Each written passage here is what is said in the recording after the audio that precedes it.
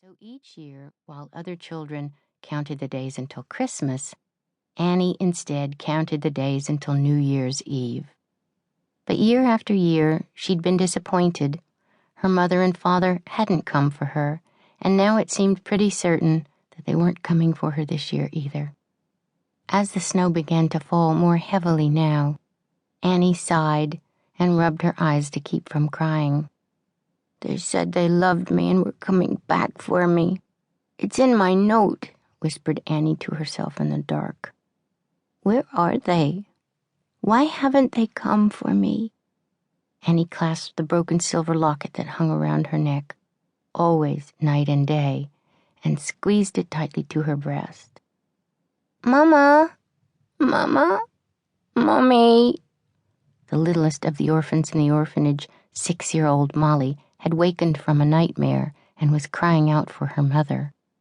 But Molly's mother had died 2 years before in a car accident, and her father had been killed in the same crash. So although she was an extraordinarily beautiful child, Molly was an orphan whom nobody wanted to adopt. An orphan like all of the other girls in the orphanage, except Annie. Annie was different, because she had a mother and a father. Somewhere. "Mama! Mommy!" cried Molly again, waking up the girls in the beds around her. "Shut up," shouted Pepper from the next bed. "Yeah, can't nobody get any sleep around here," grumbled Duffy. "Mama! Mommy!" screamed Molly again. "I said, shut your little trap, Molly," said Pepper, getting angrily out of bed, picking Molly up and shoving her down on the floor. At 14, Pepper was the oldest and the biggest of the orphans, a pug-nosed rapscallion with a face full of freckles and long tousled hair that was even redder than Annie's. "Ah, stop pushing the poor little kid around," said July. "She ain't done nothing to you." 12 years old, the sweetest of the orphans, if not exactly the prettiest, July had received her name because, simply enough, she'd been abandoned as a baby at the orphanage on the 4th of July. "She's keeping me awake, ain't she?" Pepper snapped back at July. "No, you're keeping us awake," said July. "You want to make something out of it?" said Pepper, walking over to July's bed. "Oh, the Jack Dempsey of the orphanage," said July.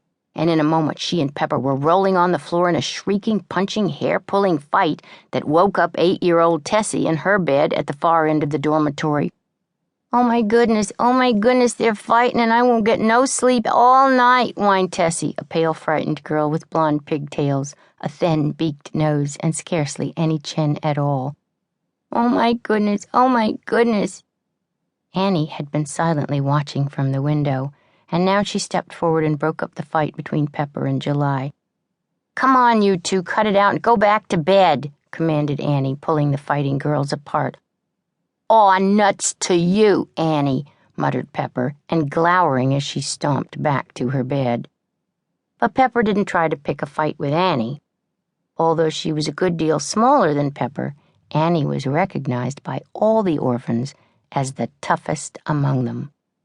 Even Pepper was afraid of her. The smartest of the orphans, too, and their acknowledged leader, especially in their never-ending battles with the headmistress of the orphanage, Miss Hannigan. "Pepper started it, Annie," said July, pushing Molly down.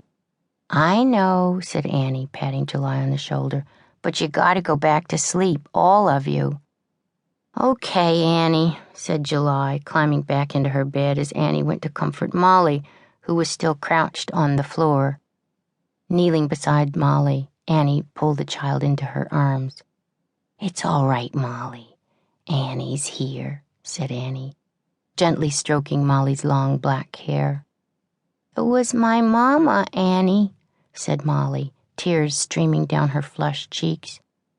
"We was riding on the ferry boat, and she was holding me up to see all the big ships, and then she was walking away waving, and I couldn't find her no more, anywhere." "It was only a dream, honey," said Annie, drying Molly's eyes with the sleeve of her nightgown. "Now you gotta go back to sleep. It's after 4 o'clock.